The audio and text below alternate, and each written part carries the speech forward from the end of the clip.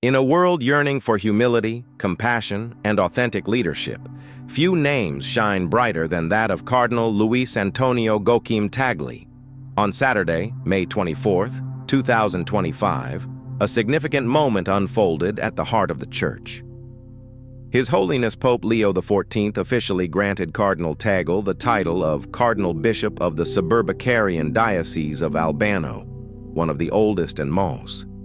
This title had been held briefly by Pope Leo XIV himself before his election as successor of St. Peter earlier this month.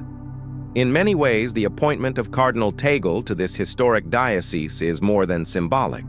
It is a reaffirmation of his vital role in the universal church and a recognition of his decades-long service as a missionary, theologian, and bridge builder. A warm welcome from Albano. Bishop Vincenzo Viva, the current residential Bishop of Albano, shared a heartfelt message. With joy and deep gratitude, we welcome the appointment of Cardinal Luis Antonio G. Tagle as the new Cardinal-Bishop of Albano. We thank the Holy Father, Pope Leo XIV, who himself once held this title, though briefly, before being chosen as the successor of Peter. This appointment is a tangible sign of pastoral care and affection toward our diocese. I personally spoke with Cardinal Tagle this morning on behalf of our presbyterate and the people of God in Albano to congratulate him and assure him of our prayers. We will continue to support him in his mission at the Dicastery for Evangelization, especially in his work for missionaries and young churches around the world.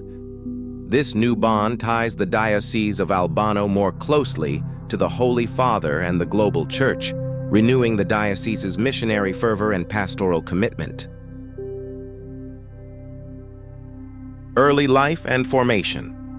Born on June 21, 1957 in Manila, Philippines, Luis Antonio Gokim Tagle grew up in a devout Catholic family with Filipino and Chinese roots.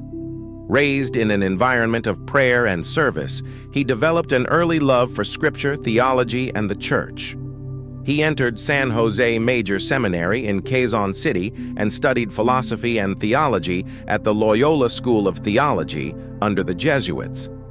On February 27, 1982, he was ordained a priest by Bishop Felix Paz Perez.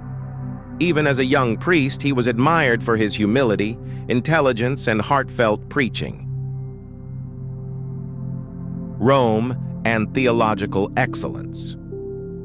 In the 1980s, Tagle was sent to Rome, where he earned a doctorate in sacred theology from the Pontifical Gregorian University.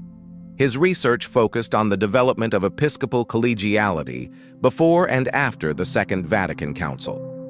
This work reflected his love for communion in the Church and his desire for a more participatory and listening Church. His time in Rome also gave him a global perspective, as he encountered cultures and faith experiences from around the world.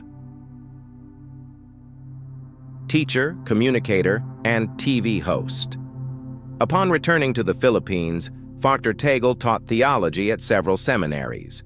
He became a member of the Vatican's International Theological Commission and hosted a beloved TV program, The Word Exposed, where he explained Sunday scriptures in an accessible, emotional, and inspiring way. This made him a household name in the Philippines and an emerging voice in the global Church. Bishop of Imus. In 2001, Pope John Paul II appointed him Bishop of Imus. He was ordained bishop on December 12th of that year. As bishop, Tagle was known for his pastoral closeness, riding his bicycle to visit parishes, celebrating Mass in poor communities, and listening with great tenderness. He brought theology to the streets, and the people loved him. Created Cardinal by Benedict XVI. On November 24, 2012, Pope Benedict XVI elevated him to the College of Cardinals. At only 55 years old, he was one of the youngest cardinals at the time. His humility, academic brilliance, and profound faith drew international attention.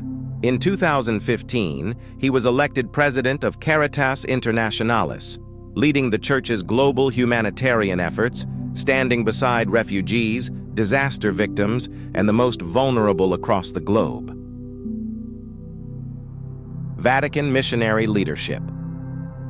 In 2019, Pope Francis appointed Cardinal Tagle as prefect of the Congregation for the Evangelization of Peoples, later restructured as part of the Dicastery for Evangelization. This made him one of the most important figures in the Vatican's mission efforts. Cardinal Tagle visited missionary dioceses around the world, encouraging young churches and calling the faithful to a new evangelization rooted in joy, mercy, and dialogue. His deep emotion, often expressed through tears, became a hallmark of his preaching, touching countless hearts. A friend of Albano, a providential connection. It is worth noting that Cardinal Tagle played a role in the episcopal ordination of Bishop Vincenzo Viva, current Bishop of Albano, on September 8, 2021. This earlier connection now finds new meaning as Cardinal Tagle assumes the title of Bishop of Albano.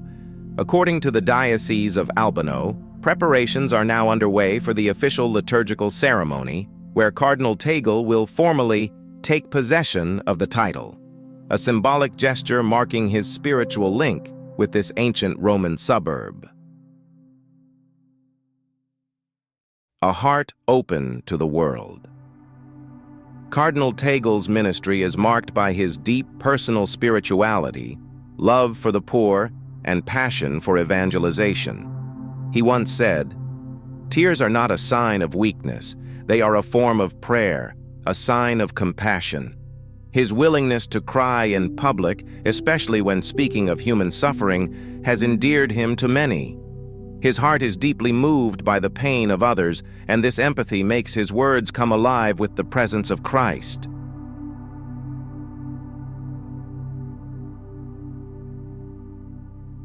A shepherd for our times.